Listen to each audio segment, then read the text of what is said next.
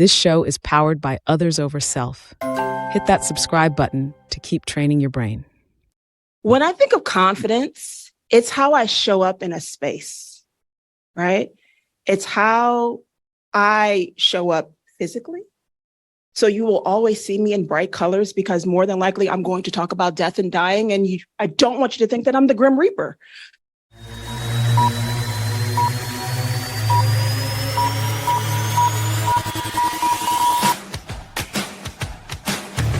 From Others Over Self, it's hardcore and at ease. This show is about people who are keeping their edge without going over the edge.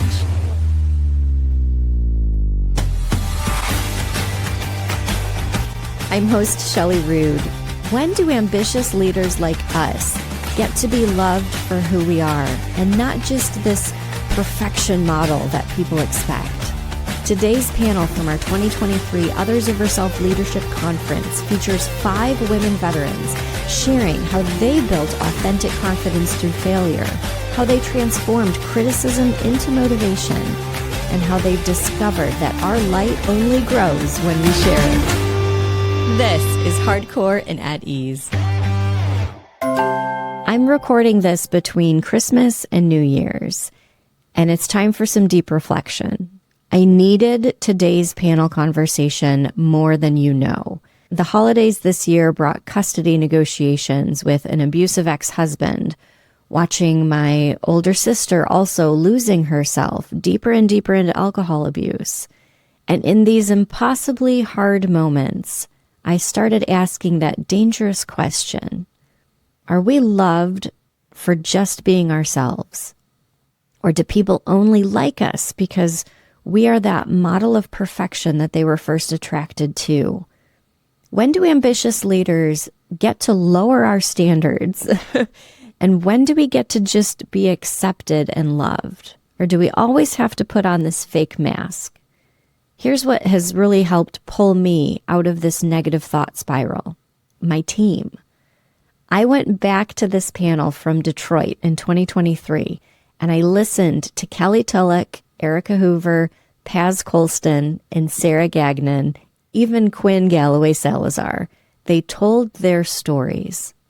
They talk about being told that they were too happy for the military, about starting over after being fired while caring for a dying parent, about being 65 years old and still working on being comfortable in our own skin.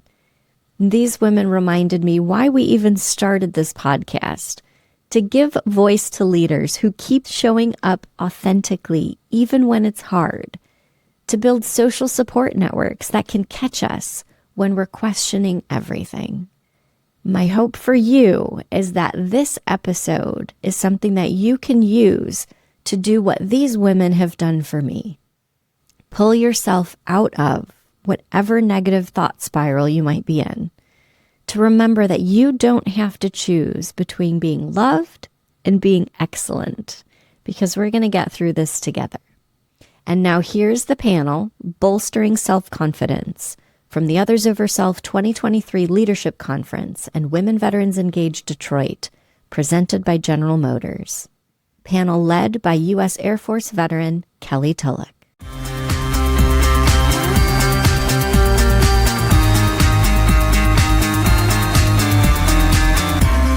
Is an Air Force veteran who proudly served for 5 years, then went onto private military contracting before returning to the States to finish her degree in intelligence operations. Kelly is currently serving the female veteran population with Women Veterans Strong in Hillsdale County Veteran Coalition. She's also a teacher, so continuing to serve, and she is just a ball of energy, and I love to be around her, and you're going to love this panel. Aw. Ladies and gentlemen, Kelly. Thank you, Nancy. I appreciate you. Hi, ladies. Hi. As Nancy said, I am a ball of energy. On my resume for a very long time, I had up as my head quote, "I will be your ray of sunshine in your dark room." And for anybody in the intel field, you know we work in dark rooms. No lights, no windows. Welcome to the vault. So this is who I am. This is who I've learned to be through the years. And confidence building comes with some hard territory, right? You got rocks, you got bumps, and then you get a little bit bruised, but along the way, you learn to smile and laugh through it. With that being said, I have 4 wonderful women up here to join me today. We have Erica, Miss Erica Hoover. Come on up. We got Miss Paz. Please, ma'am, join us.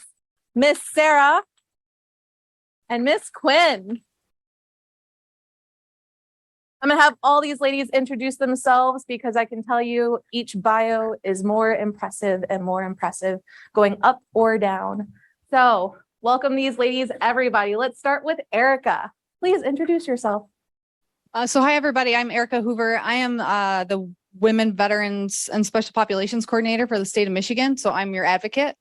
Get my card before y'all leave, and we'll be close friends. I'm a Navy veteran as well. I served from 2009 to 2013. I was a aviation machinist mate. I worked on the F-18. Yeah, that's me in a nutshell. I love this work, serving all of you and all underserved veteran populations in our state. Miss Paz. Hello, ladies and gentlemen. Hi, I'm Paz Bonner. I'm an Army veteran. I was in from 2000 till 2020. I'm still serving. I am the owner of Homes for Heroic Veterans, which is a nonprofit. We provide housing for homeless veterans. We help them get their benefits, make sure they're going to the VA, do the things that they need. We're 3.5 years old, and we successfully transitioned about 30 veterans. I'm Sarah Gagnan. I was active duty from 2008 to 2019 and then switched over to the Air Michigan Guard out at Battle Creek. I'm currently now also on my civilian side working at General Motors, and I kind of work in the autonomous space with sensors and big data. Good afternoon, y'all. So I am Qwynn Galloway-Salazar. I am not from Michigan. I am here from Georgia, hence the y'all. Woo! So it's an honor to be here. I'm an Army veteran, and I could not be here without the sponsorship of residential hospice. So why does residential hospice sponsor me to be here? Because I am an end-of-life doula. So you all know what a birth doula is. I'm on the other end of the spectrum. And I'm also a death educator as it relates to educating communities on how to support and serve veterans and their loved ones through the end of life. So it's an honor to be here and to continue to represent Georgia. I am Georgia's Woman Veteran of the Year. Along with these bad, amazing women, we are going to get this conversation started. Wow, that's fantastic. I didn't know that part. That's incredible. So we're here to talk about confidence. The most important thing to talk about confidence is, what does it actually look like? Is it something tangible? Is it how we wear our hair or how we dress? Is it how we present ourselves? Is it something that we exude? What is confidence to you, ladies? Let's start with Miss Qwynn. Oh, no pressure. No pressure.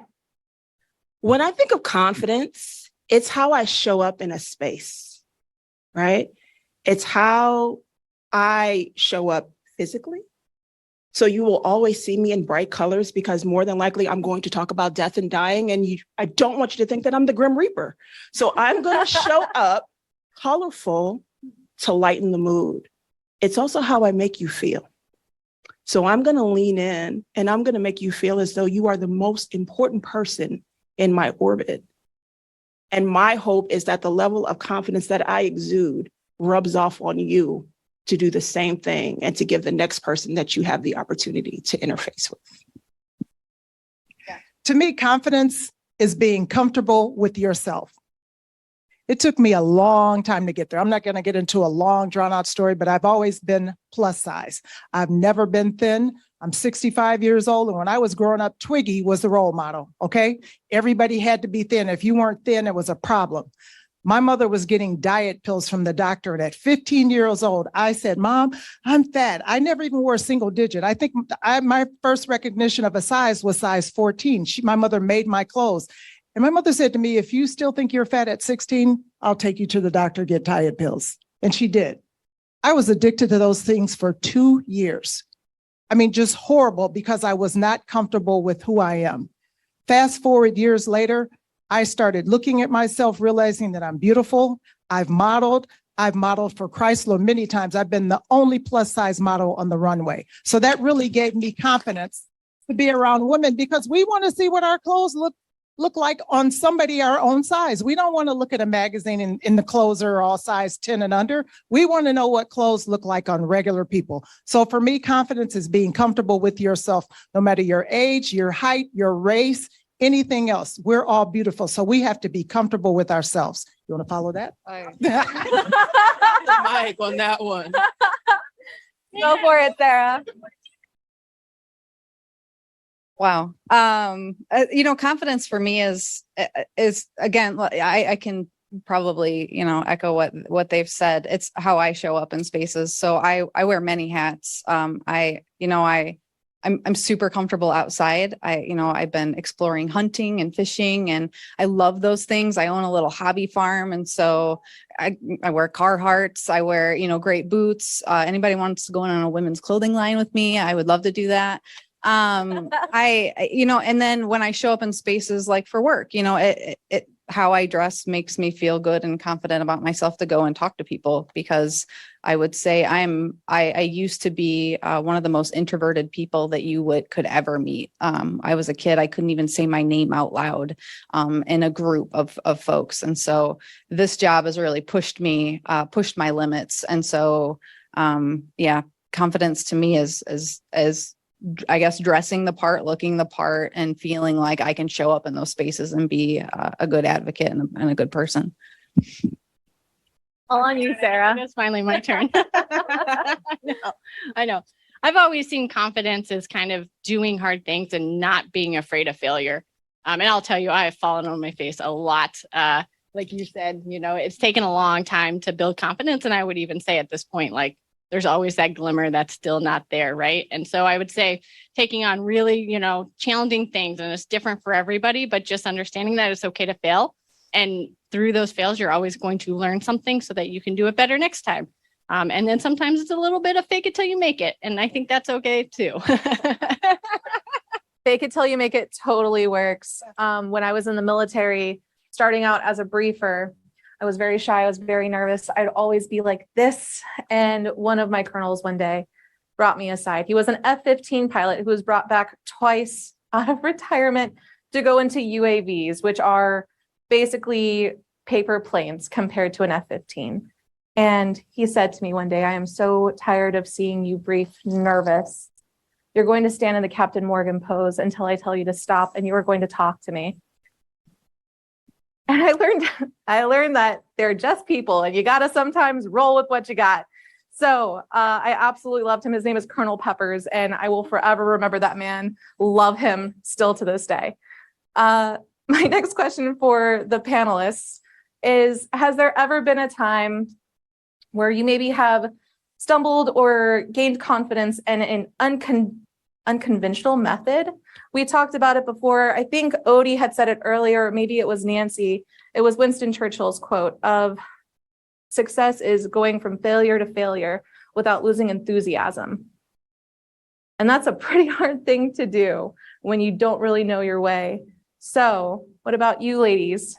Have we gained confidence from maybe a stumble or maybe an adverse situation? Would you like to go, Miss Unicorn? Yes, I will begin.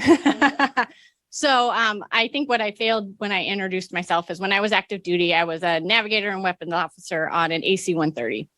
And prior to that, you have to go through flight school, and there's an initial flight school to prep you for flight school.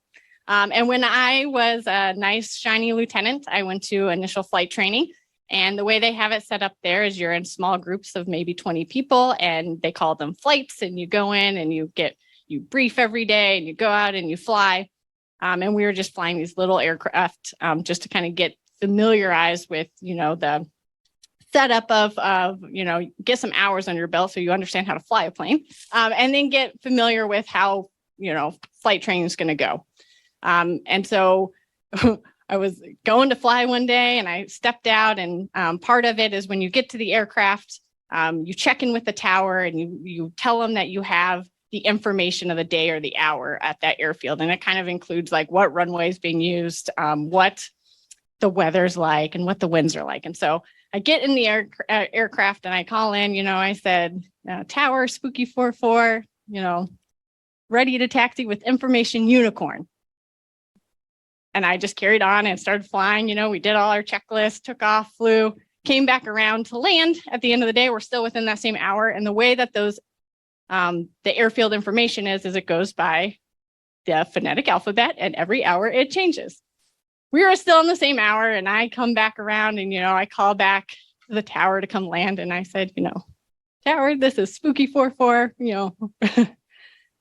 checking in with information unicorn. Didn't think anything of it. Go to land, go eat lunch. And all of a sudden I hear in the background, they're like, did you guys hear that freaking girl say unicorn on the radio? And I was like, and my buddy is like, hey, did you hear that? And I was like, what are you talking about? He's like, that was you. And I was like, what do you mean? And then he's like, you said unicorn on the radio multiple times during the hour that you were flying. And I was like, no, I didn't. And they're like, what's the letter U phonetically? I was like, uniform. And they were like, you did not say uniform. That did not come out of your mouth. You said unicorn multiple times. I was like, I don't think I would say that. And they were like, oh, you said that. So then the whole lunch, everybody, we all ate lunch together, the whole group, everyone's just laughing at this and, coming up to me and they're like, that was you. That was you. That was really funny. That took a lot of balls. Like, that was really funny. And meanwhile, I'm like, I'm like shocked that I, said this because So anyway, later that day I'm out working out and I get somebody comes in and like, Sarah, you've got to go to the flight commander's office. And the way that it was run in initial flight training, these were all like retired military flight instructors. And I had an old crusty Army helicopter pilot. And he calls me in and he makes me report into him and he chews me up and down about how I am too happy for the military and I shouldn't belong here. And how if I don't take it seriously and use the real phonetic alphabet and that I can't go on saying unicorn and nobody takes me seriously and I'm too hot, just up and down. Just continue. And this went on, I don't know how long, but in the back of my mind, I'm biting my tongue, almost laughing because it's comical at this point, right? I'm getting yelled at for being happy. I said unicorn. I flew well. I wasn't bad at my job. I was doing everything I was supposed to do. I passed my test, and at the end of it, he just slams his book shut and he's like, you owe me 25 times of writing the phonetic alphabet by tomorrow morning.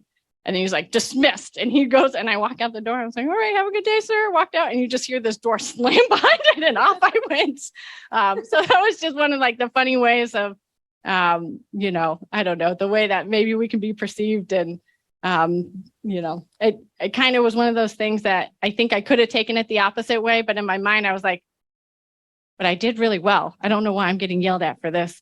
And kind of continued. And I made it a point to even be happier as I continued on because I feel like it was like my point in life to be happy. And I wasn't going to let the military change that. Now you got to ask the question again. So the question is there an unconventional method in which you gain some confidence? Yes. Let's hear it, Ms. Paz. When I forgot to tell you guys this. I omitted that I am also the 2021 Macomb County Veteran of the Year. I'm the first female veteran and veteran of color that's ever received that award in Macomb County for the work that I do with veterans. Okay, so when I went into basic training, when I went down for my ASVAB test, the highest area I scored in was legal. Never had any legal training. I was 21 years old, didn't think anything about it. So when I came back home after active duty, I had to go to jury duty. And the judge says, oh, I see you're a legal secretary. I was working for UAW Legal Services. I was not a legal secretary. I think I was a clerk, still didn't know anything about legal. So after I got off of jury duty, I asked one of the, it was an attorney there. And I said, can you kind of teach me a little bit of legal stuff? They keep telling me I'm good with legal. So he started training me, to do some briefs a little bit. And shortly after that, my father got deathly ill. And I was taking too many days off and the UAW fired me. So I decided, you know what? Let me try to find a temp agency for something. I was heartbroken. I didn't really want to work for anybody anymore. So I found a temporary agency that hired legal secretaries. Now, mind you, zero experience. The little stuff he taught me was like nothing. But I had said, I made up in my mind, if I can get into a law office, I'm sure I can figure out what's going on. This is me. Like, how stupid am I? Well, of course, is there anybody here that's worked for temp agencies? Did any type of temp work? So when you go into an office, most of the time they tell you everything. They're going to tell you how to turn the computer on, turn it off, tell you where everything is. And that was the mindset that I had. So I went in and I worked for Comerica Legal Services for about 6 months. And then they ended up letting me go because they wanted somebody to work full time. And I didn't really want to work full time. So I continued to do this for about 2 years, just going from law firm to law firm. And I said, you know what? I'm going to go back to school and get my degree in legal administration. So when I went to school, I went back to Davenport. That's where I was going before I went in. And I took it was a business legal class. And they were teaching Ohio law. They were giving briefs in Ohio law. And I told the teacher, I'm like, why are you teaching us Ohio? We're in here in Michigan. I said, can I bring some stuff in? So I was allowed to bring some stuff in from the law office, no names or anything. And so she started teaching from that method. Needless to say, I didn't really have to come to class anymore. I ended up graduating without really even finishing the course, but I took it upon myself to have the confidence to do it. So for me, that really kind of boosted me. It's like, hey, so now I do have my degree in legal administration. I am a paralegal and I'm a notary public as well. But that was just because of, hey, I have the confidence to do it. Fantastic. Sounds like a little bit of fake it till you make it. And then you're like, wait, I can do this better. Hold on. And they just like laid it down. Last year, when we were doing this with WVE, we went out for a reception. It was a fun little trolley. We were on a winning team for trivia. But afterwards, we went to the bar and grill, and the space wasn't conducive for what we needed. So what we did was we moved those tables around. We made sure that we could all sit together. And it's just like, hold on, we got this. Stand back. So I love that. It's fantastic. Way to go, ladies. Haters. Haterade. People commenting on you, about you, behind you, in front of you. How do you guys handle that? How does your confidence, your sparkle never dull because of that?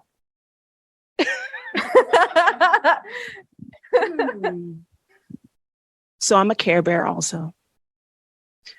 So when you talk about haters, I don't necessarily see them as haters. Mm-hmm.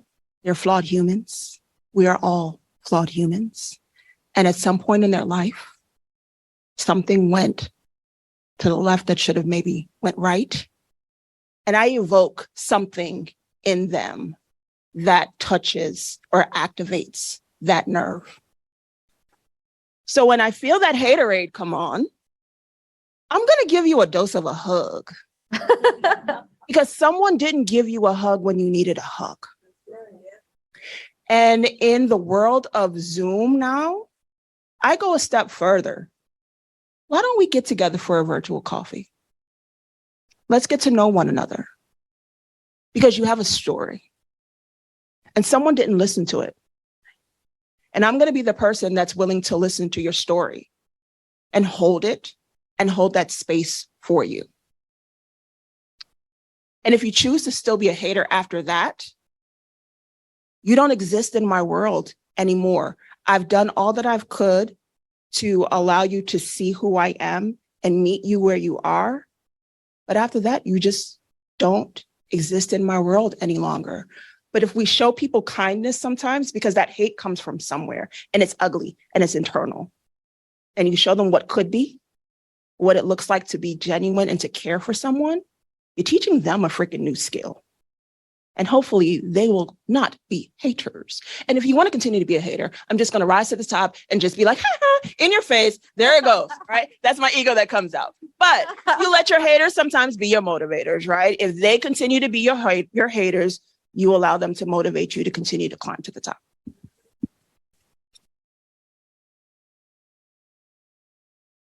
Yeah. So I think in our space, right, in the veteran space, there can be a lot of competition. And if anybody knows me, I'm probably the least competitive person when it comes to serving veterans. I'll have folks reach out to me afraid that I didn't know about something, or they didn't loop me into an event about women veterans, or, something like that. And I don't care. Like we have plenty of us to go around for everybody to help. Right. And so if I can help lift you up, lift up your program, lift up your event, anything that you're doing, like I don't sit in that space and say, this is mine to do. Like I am your advocate. I am the state women veterans coordinator, and I want more of this. Like this makes my job easier. Right. I hope someday there doesn't need to be a me in our space, because everybody's doing events. Everybody's going to do their own groups.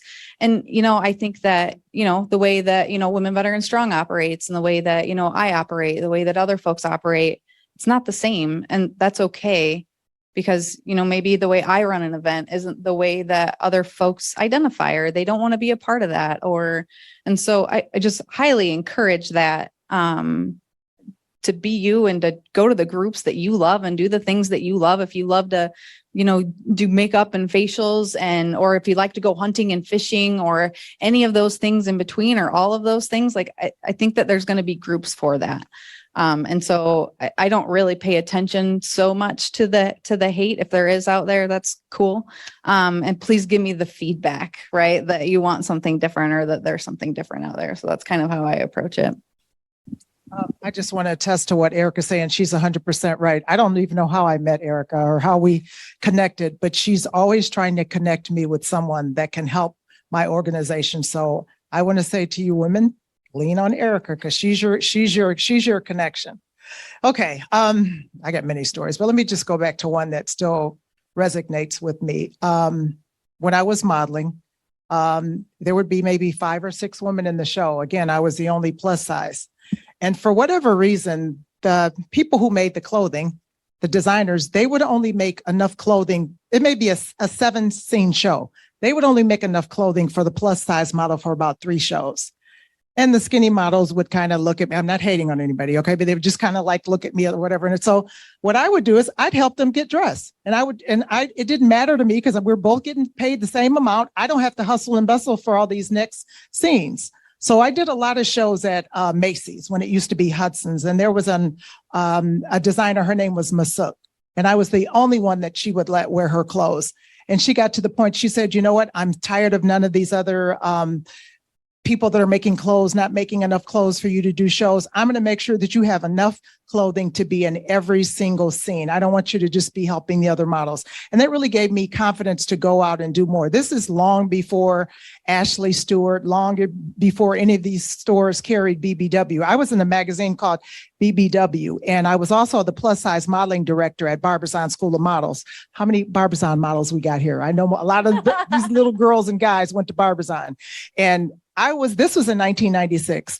And the only store we had to shop at was it Lane Bryant or either Roman's catalog, which had elastic and flowers. That was it. There was nothing else for plus size women.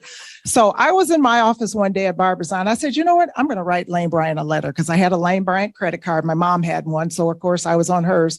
And I wrote them a letter and I said, why is it that we as plus size women cannot see our clothing in plus size women in the catalogs? This was unheard of. They wrote me a letter back and said, years ago, we put out 2 catalogs, one with plus size women and one with regular size women with the clothes pinned up on them. And we sold more clothes out of that catalog. I said to them, that's a conflict of interest for me. I cut up my credit card, sent it back. And to this day, I don't shop at Lane Bryant. I was down for the cause. It's like, no, that now there's plus size models everywhere, and I'm happy to see it. Hey, Sarah, anything from you? I can't follow that. No.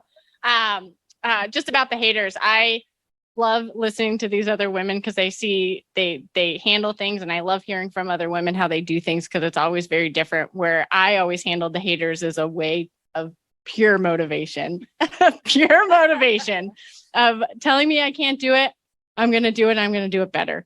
And so, yeah, and I think just to tackle on to what she said is that, there's enough room for everybody in here to shine in whatever it is. So, know that you guys are strong and intelligent, and, you can use the haters for motivation like I do. You can use it like they do, which I think is phenomenal, understanding their story. I have a lot to learn from them. But there's always enough room for everybody to shine in here. That's the beautiful part about it is we get to hear other people's perspective. When I first talked to these ladies, when I asked this question, how do you deal with haters? My initial reaction was prove them wrong, do it better, be better, rise above them in every aspect you possibly can. And then they're like, no, listen to them, give them a hug, learn their perspective. I'm like, that's a great idea. That is a fantastic idea just to take a step back. But I mean, we heard this morning somebody became a fighter pilot because she did it better. So I don't know. Gonna still look into it. Give hugs always, right? Hugs are important. Back in the early 2000s, we used to wear shirts that said free hugs. Do you guys remember this? Yeah, it was like a huge thing. And now, yeah, before COVID, now it's like a real thing where you're like, okay, it's not just a saying on a shirt. It's like a genuine thing where you see people in trouble that need help. If you can give a little bit of your light to them, how important it is for them that day. How can, or did you ladies transform after a challenging or difficult setback? How did your confidence grow after taking a small turn in what you thought was your path? Do any of you have stories for that or want to touch on that? So if anybody knows me, I'm a huge advocate for our LGBTQ community. I identify in that community. It's part of me. I served during Don't Ask, Don't Tell. So I served the first year and a half pre and then post Don't Ask, Don't Tell. I was actually being discharged for Don't Ask, Don't Tell. Getting ready to have an admin discharge, look at all my, the percentage of benefits that I would get based on the amount of service that I had. And I was a really good wrench turner. Like I was a great mechanic. I had really good relationships in my squadron. I connected with all the men in my shop because I was the only woman. And that was a very life-changing moment for me. Like my plan was to be in the military for a while. I wasn't planning on life, going the 20, but, I was in for the long haul. And then, having to switch gears and think, okay, now what do I do? Right. I joined the Navy so I could go to school. And that was really important to me to not rely on my parents. And that was something, and I was older when I joined. And so it was, I was waiting, doing my job, doing my thing, waiting for the decision, whatever was going to happen. It waited at the wing for like a couple of months for whatever was going to happen next. And it was repealed. And no one said a word to me about anything.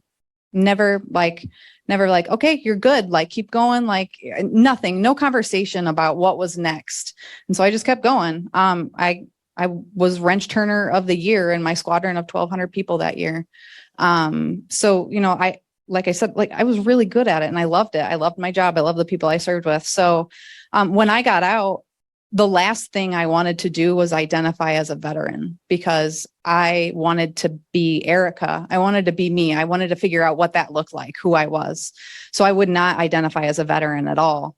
And now I'm in this space, right? And I'm like screaming from the rooftops, like we exist. Hey, it's so important to me. And like with Andrea down here, my friend and colleague, we're able to create a training together now for all LGBTQ veterans, for people that are serving veterans to understand cultural competency, just to be able to serve folks, right? We all served. We all deserve these benefits. We all deserve care, compassion, dignity, respect. And so we're creating the thing that we needed the most, that I needed as a kid growing up in Michigan. Like we're becoming that. So I was able to turn that into something that I never thought that I would be in this space or this place. And, make myself proud and be really proud of that work and to help other folks too. So.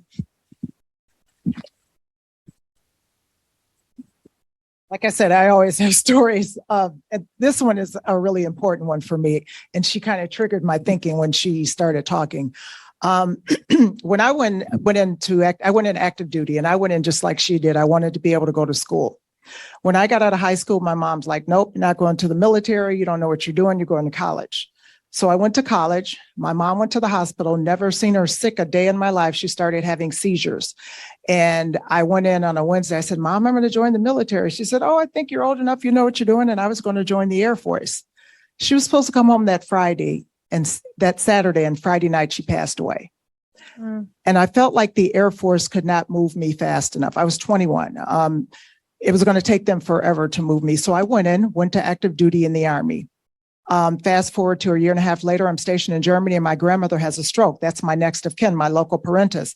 And I was stationed in Michigan for a while. And after a couple of months, the military said to me, you got 2 sisters to take care of your grandmother. Get out or go back to Germany. I'm not going back to Germany. So I guess I'll get out. And I went in the reserves. Fast forward to a few more years, I started having issues with my hips and my knees from injuries I sustained in basic training and while I was on active duty. And I decided, I guess I need to go to the VA. I didn't have any insurance at that time. And I go to the VA and they told me there was a clause in your contract. Because you didn't complete 2 years of active duty, you cannot come to the VA. What? And I tried. That was a clause back in 1980. Do you think if they would have told me that, I would have stayed? I was lacking maybe 4 or 5 months. So during this time, I kept trying to get help. Senators, everybody tried to help me. Social Security had to end up disabling me at 55 so I could get insurance to get my one hip replaced. I was so scared that my right hip was going to get bad. I got it done six weeks later. I did 6 weeks of physical therapy and got this hip done. It wasn't until I was on Facebook. It's a group called Veterans to Veteran, Vet to Vet, Veteran to Veteran. And I posed the question. I said, why is it that I'm an honorably discharged veteran and I can't go down to the VA?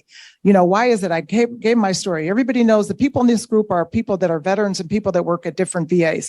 And there was a gentleman there that worked, he was working at the Georgia VA. He said, that sounds like you got on a hardship. So he said, give me your information and let me see if I can help you. I gave him my information. He said, that was a hardship. Go back down to the VA. Go down the VA where every time they see me coming, they're like, oh my God, do you have your son with you? My son's an Iraqi war veteran. Here, we're talking, this is 37 and a half years later. 37 and a half years. I'm like, can you just look on the computer? It was a Friday. It was about 4 o'clock. They're like, well, we close at 4:30. Can you come back on Monday to get your ID? That's how they continued to treat me. Here I am years later, totally service connected. Where I'm sitting right now, this is nothing I ever planned. But the reason I started Homes for Heroic Veterans is because I didn't want another veteran to be left behind.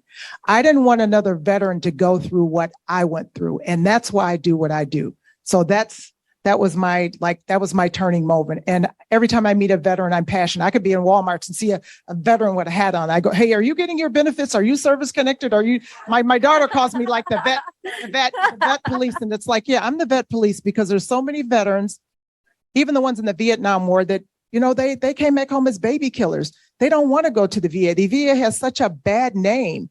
And if anybody should have gave up 37 years, it should have been me. But I didn't, and I'm glad I didn't because of the veterans that I'm helping now and the ones that I'm going to help in the future. I'm done. I could go on and on with that one. You know, it's been said a lot recently, especially online, that the person who you are now is who you needed when you were younger. It's that role model, it's that mentor, it's that guidance that you were looking for, that you've now stepped into these shoes. And ladies, you exemplify that every which way, and it's incredible. I'm very excited you guys are all here. How does your inner strength help your confidence? How does your inner strength help build your confidence? Has your inner strength ever stumbled a little bit and maybe you picked it back up with like a fake it till you make it moment? Paz is like, I got a story. No, I still do that. Yeah. I still do that at times because I feel like, you know, you don't wake up every day feeling your best. You don't wake up and looking in the mirror, looking your best. Look in the mirror naked. Oh my God, it's like a freaking nightmare, you know? But this is me. I know that nobody can beat me being my best. Nobody. And that's the attitude that I try to get people to take. Nobody can beat you being your best. You are you. Be yourself. Be the best at what you are. Whatever that is. I don't care if you're mopping floors, taking out trash, babysitting. Be your best and be confident in what you're doing. So that's what kind of motivates me, is that I know nobody can beat me being my best. And authentic. Yep. authentic self. Thank you. Yep, that's right. Sarah's like, I have a nugget right here. Hold on. Thank you. That's exactly it. It's being our authentic selves. It's being genuine and true to who we are. That helps bring out this, I don't know, inner light. Would you guys call it, like an inner light? Yeah. I call it my sparkle when I have to do things where I'm in public or I have to talk to mostly men. I'm like, yeah, it's my sparkle. You guys notice me walk in a room? It's me. Hi. Yes, I'm here. This is what I am. This is who I am. And that's, I think it's the great thing about me. You can walk into a room and people know who you are, or people can see you and want to come up and talk to you. I don't know about you ladies. Do people just come up and tell you their life story? People who are confident, people who can be picked out of a room like, oh yeah, I'm going to go talk to this person. They get everybody's life story. It's fantastic. How often do people come up and talk to you randomly? They just see you on the street and like, hey, let's have a quick conversation. Paz is already like, girl, listen. Like that's happened to me almost all my life. Mhm. When I was pregnant, I have 37-year-old twins. And when Toys R Us was open, they used to wear the striped shirts, right? Yeah. And I had like a pink and white striped shirt. Like 7 months pregnant. Why is somebody walking up to me asking where something is in the store? And so I told the lady, I don't work this. She said, well, you look like you should work here. You're so beautiful. What's your name? And I'm like, lady, I'm just trying to get out of here. My doctor said I shouldn't even be on my feet. Preeclampsia. But she wanted to talk to me about just whatever. So I'm like you. I look at it as my light. I welcome it. I enjoy helping people because I feel like we all have something to share. I am no better than anybody else, but we all have something that we can say that could help the next person. And you don't know what people are going through. Like Laverne was talking about with the grieving. We're all grieving something. It could be a death of a relationship, a death of when you're done with something, it's still the death of it. And I know that may be harsh, Laverne. To me, it's like it's the, when your kid goes off to college, it's almost like it's the death of a relationship. So I just feel like my dad used to tell me it doesn't cost a dime to say a kind word to anybody. And I've really took that to heart. I think too, spot on. But people can smell an empathetic person a mile away. And it's also that look that's in your eyes. Erica got me earlier today. We were talking about a past life. And she looked at me and she said, you got burned out, didn't you? I'm like, we're not going to do this right now, right? Like, you don't even have enough time to give me a whole session, nor do you have the chase to let me lay on to tell you my life story. But there are some people that are just magnets to that, right? And when you're a flame, people attract like moths to your light and to your energy. And if you can give a kind word, you can save a life. Your hug, your sis, you got this, may seem so small to you. But to that other person that's on the receiving end, that morning, they may have thought about suicide or contemplated suicide, or maybe at a really low point in their relationship, or just was battered that morning. But your kindness and just you exuding that confidence of being present and holding space for someone external to you can do so much good in another person's life. So when I look in your eyes, right? And that's what happened. You said what you said, and I looked in your eyes and I was like, right? Because empathetic people, it's all in your eyes. And it's this energy that you have. So if you know that you are, if you know that everywhere you go, people want to tell you their life story. I was sitting on the plane yesterday, and at some point I'm like, can I just pull my hoodie down over my face, so that it can stop? And then I'm like, no, because that person needed to share. So I'm going to let you share and share, right? And then at some point, it's like, okay, let's button all that back up. Just make sure you're good. Make sure you have 988. If you need to know what 988 is, I'm going to make sure that you have that if you're ever in another crisis. And we're going to move on. But share your inner strength with other people. And for many of you all, we see it. I mean, I can sit here now and just look in the audience, and I'm like, oh, I see that. And as women veterans, so often we have been invisible for so long, right? We are shrouded by this invisibility. Let your light shine. Show up. Be proud to wear your Michigan Woman Veteran pin. And you're a Georgian. But own that because someone else is going to see it and need it. You know, that's so true. There's this Buddhist saying, and it's one candle can light 1,000 more, right? Your light never dulls because you shared it. So continue to share it. How do you ladies build your own light up when you're not feeling the best? Music. Yeah. Get it, Austria. Yeah, music is a great motivator, right? Music can change the way you hold yourself, carry yourself, what kind of music is appropriate and not appropriate to play depending on the situation, right? I teach middle school. There are some songs that I don't want my middle school students to know I listen to. Doja Cat. But with that being said, I make them say affirmations every day. I want them to know at a young age they can build their own confidence, right? Even if it's just words on a paper for now, you never know when those words are going to strike you or when you need to see them again, right? Because their desks are always messy. So when they're cleaning it out, when I finally tell them at the end of the month, they're like, oh, hey, I did write this. I did say that about myself. What about you, ladies? How do you build your own self-esteem? How do you guys build yourselves up? I like what she said about about music. I love music. I grew up around some of the Motown era. My uncle was in a Motown group. And so I sometimes this morning when I'm at home by myself, I'll just sing. I'll make up songs. I love making up songs. I'm pretty good at it. and that like motivates me to do it even more. So it'll distract me from anything that I may be thinking about or anything that I may have to do. I'll just start like, and sometimes I'll say, God, that was a good song yesterday. I should have recorded it or something, but it just gives me confidence to continue to do it. And sometimes to just get on with my day. A lot of people turn on TV in the morning. I turn the radio on in the morning because after I pray and meditate or whatever, I turn the radio on because I need that positive music going. Yeah, and the TV is never positive. Let's be honest. Yeah, no. That news channel is never positive. No. We don't need that on. Yeah. Definitely not. Can you give us an example of a song that you sing?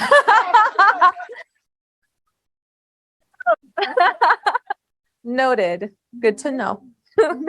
I would say I'm probably one of the worst at self-care. I think that, helping people takes a lot out of you, right? And you do need to fill your cup. And sometimes you're so busy all the time that that's really hard. And my life is a cabin in the woods and that is being remodeled. And so everywhere I look is a project. And sitting behind, a desk for a job, not all the time, but a lot of the time my work is behind a computer. I crave projects. The big world of like policy and helping people and all of that is so big. And sometimes you don't always get the result that you want or the finality, the completion of that. I love projects. I brought my mechanical ability out of the military into everything that I do. I have that I'll figure it out. Like that should be a t-shirt slogan for me is I'll figure it out.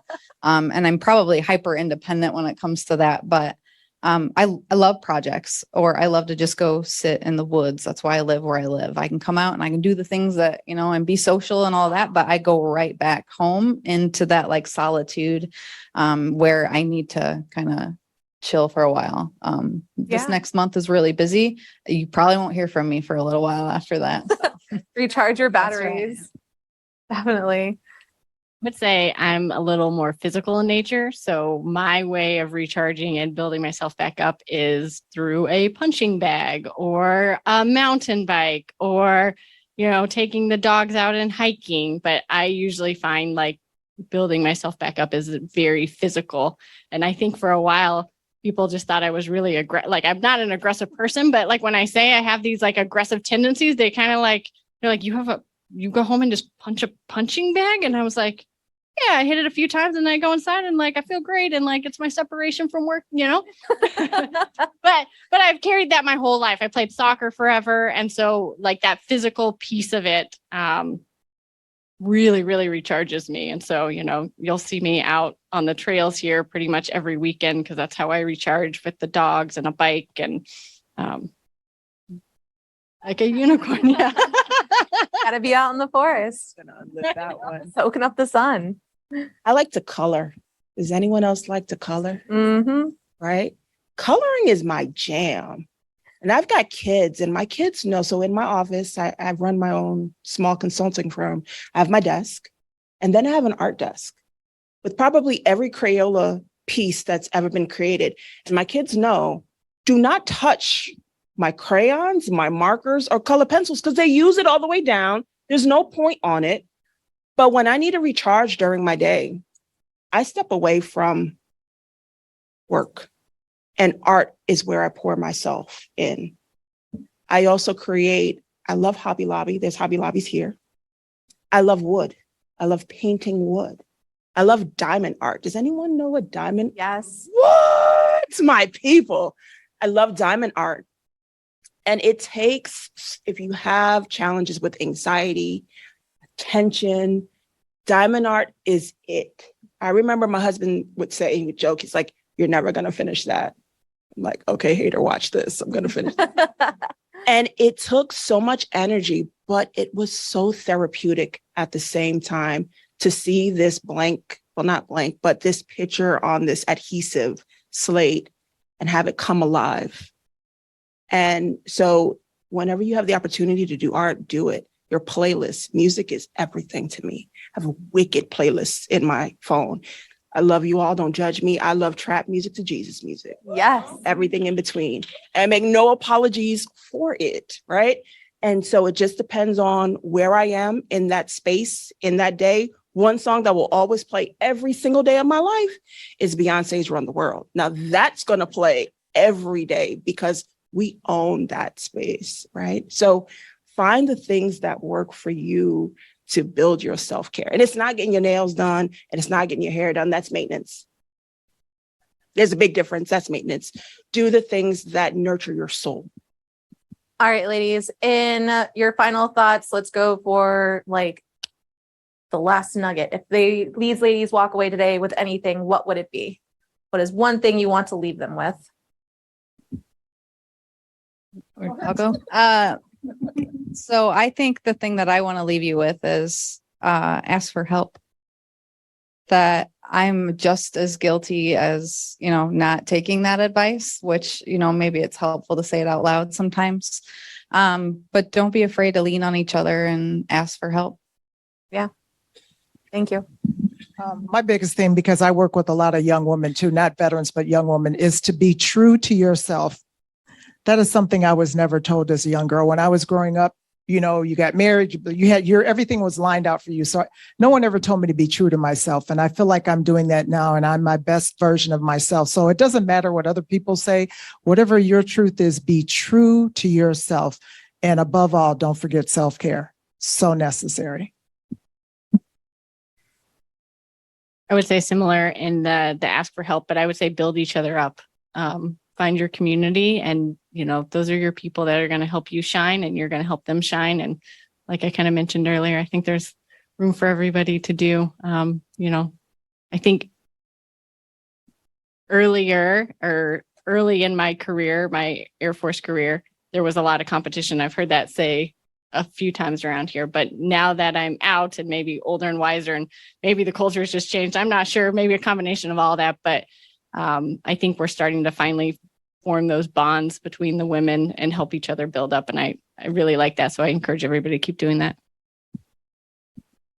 Be a hope dealer. When I say hope, share your story, but hear other people's experiences. That's hope. Wonderful. Thank you, ladies, for being a part of my community. Thank you so much.